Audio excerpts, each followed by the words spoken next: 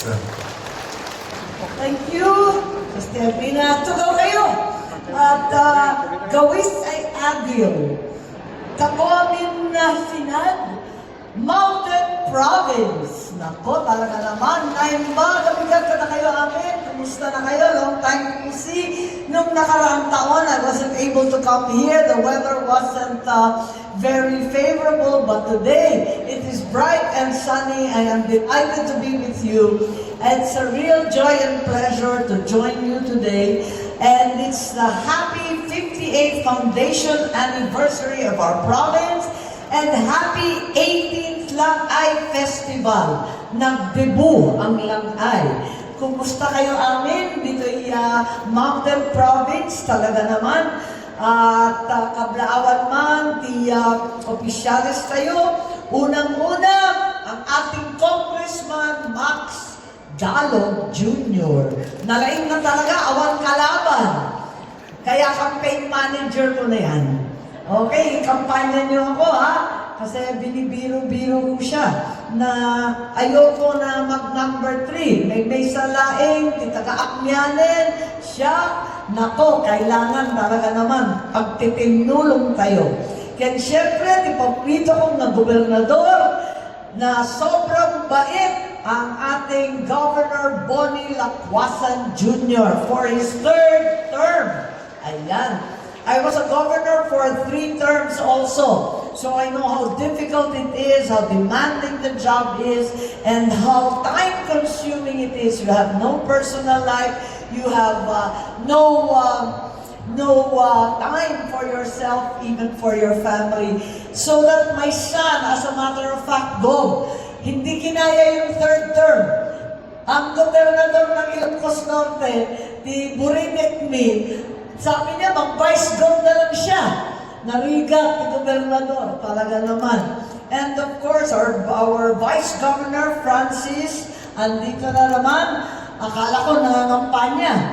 But he took time out to join us, and I'm delighted, and I'm certain that we will all be very, very successful. Our board members, Tawagen, Masidong, Naknas, Bantog, Bastian, Donato Dacilose, Capon Gumgumo, Alfonso Ligos, Samson Ezra Gomez, kompleto stratados talaga, the board members. And of course, our mayor, Chadsen Tudlo, and the other mayors who are here from the other towns. I met some mayors earlier, nandyan sa provincial capital. And of course, Colonel Ferdinand Oydot, our provincial director. Sa pangalan pa lang, talaga naman, Ferdinand na. So, thank you very much. It's a real pleasure to be here. And all of you know that, in fact, like me, Mountain Province, anak ni Apolacay. I say that because you are also created by my father, President Ferdinand Edrelin Marcos Sr. The original na presidente tayo na taga-amyanan. And the older folk will recall that in April 1967, the old great Mountain Province was subdivided, and it became Benguet, Ifugao, Kalinga, Apayao, and finally, Mountain Province. So pinaghati-hati, my father was of 2 minds about it because he said we must maintain the greatness of the Cordillera. But nevertheless, it was more efficient to govern and easier to devolve all the fruits of development and prosperity in a more coherent and efficient fashion. So certainly, the first independent mountain province was represented by Alfredo Lamen, and during my father's term, ayaw niyang bitawan. He did not want to let go of the mountain province. It was always under Region 1, Ilocania. He wanted to make sure that he could supervise development, make sure that his baby, the new province, would develop and prosper.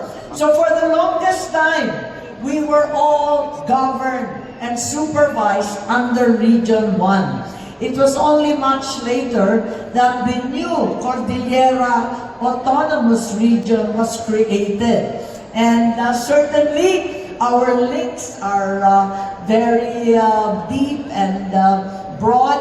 Our culture is the same. The Cordillera spans not only your provinces, but also Ilocos Norte, Ilocos Sur, all the way down to La Union. We are one people. And truly, I thank you for your constant support for my family. Agyaman ti aglaplapunusan masuport tayo para ti pamilyami. Idi ta ket agnanayon. Marcos Lapta. Thank you. And we are deeply grateful for your constant support. And truly, the Mountain Province is a food granary, a food basket for all of us, with rice, corn, vegetables, root crops, and today, the more modern cash crops of coffee that we have been so kindly served, as well as oranges. So furniture has also become very, very important and progressive. The problem is, with all your products, as mentioned by Congressman Max, the problem really is that despite all the products and the creativity and innovation of the people of the Mountain Province, until today, there has been no connection direct to the lowland. Ang hirap-hirap na riga na ibaba lahat ng ating produkto. Maraming ani rito, maraming produkto, tiinabel, ang ating mga furniture, ang isang katutak na basket, backpack, lahat yan. Ang daming gulay, pero ang hirap ibaba. Kaya, ang ginagawa ko, yung last mile or yung missing link ang ginagawa ko na mga kalkalsada. So what we have done is, in the past few years, every year, naghahanap ako, I look for 100 million to put to the different roads that will bring Mountain Province produce down to Region 1. So we have already succeeded in the missing link of Cervantes to Besao and Sagada. Natapos na yan, Laylaya Road. Kompleto na yan. 2020, natapos rin kahit COVID. Ayan, natapos na rin. And thereafter, we have now got also the next pieces of that, which will be thereafter the Bontoc, Mainit, and Sagada Road Package. Para yung Region 1 will once again be truly connected to the Mountain Province. This way, all the tourists who are coming to Region 1 to see Vigan, Ilocos Norte, and the rest can come directly to the Mountain Province as well. Let us cooperate and join hands for the prosperity of our people. Also, for our farmers have had such a hard time with the flooding and the difficult climate. We can bring your produce down so that you can finally get decent prices for your hard-won work and labor.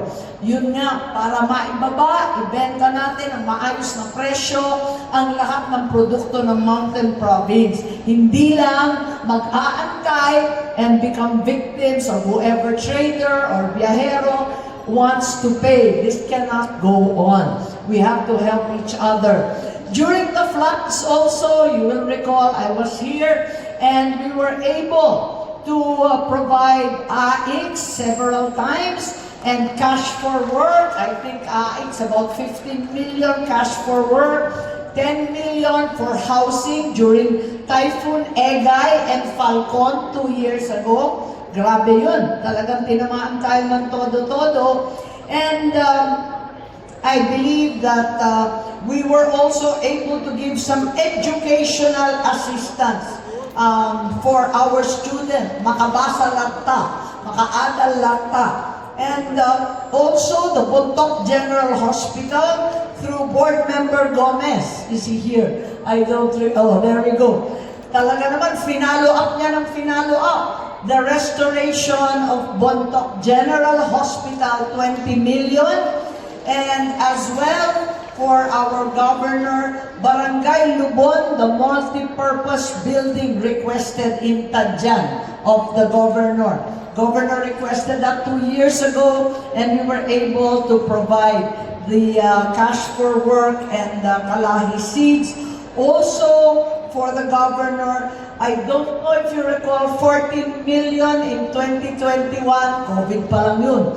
Caneo Road, Taludin.